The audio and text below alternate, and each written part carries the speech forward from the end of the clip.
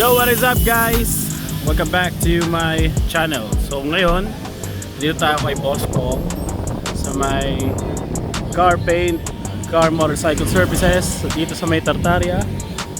At pinapakabit na natin yung KYB. Problema kasi hindi sapat yung ating tools and yung socket ko hindi siya fit doon sa click.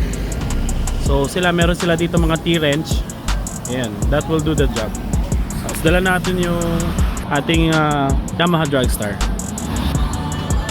So ito guys, ito yung pinakamalupit na diskarte ni Boss Pong.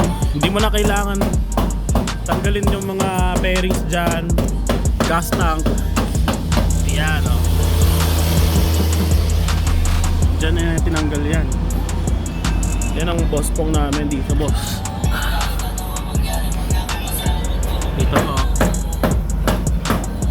So wala dyan, malupit. Ngayon ko lang nalaman yun na pwede mo palang kahit doon na natatanggalin sa may butas niya, hindi mo na kailangan tanggalin yung yung gas tank at saka yung bearings. Grabe, ganun lang pala gagawin mo. At least natuto tayo ngayon kay Boss Pong kung paano Pero syempre doon pa rin tayo sa expert para mabilis ang trabaho at sigurado. Pero sometimes subukan natin pag magpapalit na tayo ulit.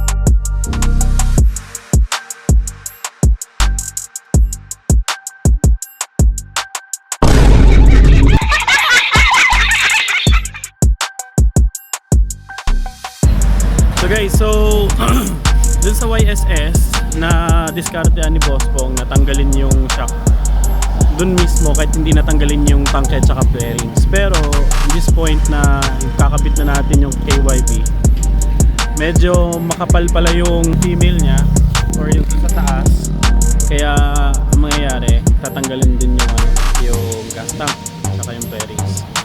So hindi siya parehas dun sa YSS na maliit lang yung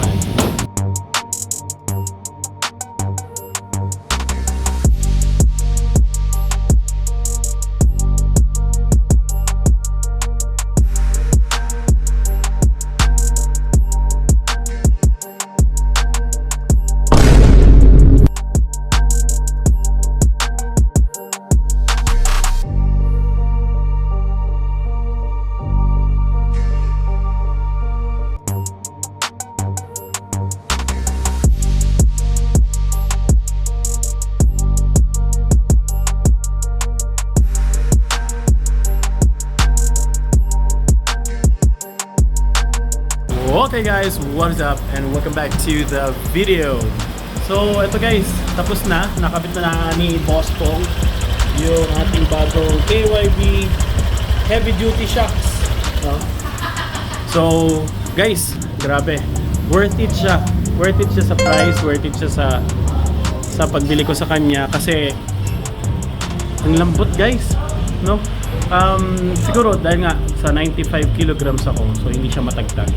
Pero pag ikaw ay 80 to 85 ata, 80 going down, parang matagtag ata to. Anyway, can't wait to try this out with my wife, masubukan namin to sa mga lubak. Kasi dahil lubak dun sa amin Wow! But anyhow, thank you guys for watching and I hope you like this small and very short video sa pag-install lang nitong KYB heavy duty. So without further ado, maraming salamat and I'll see you to our next video.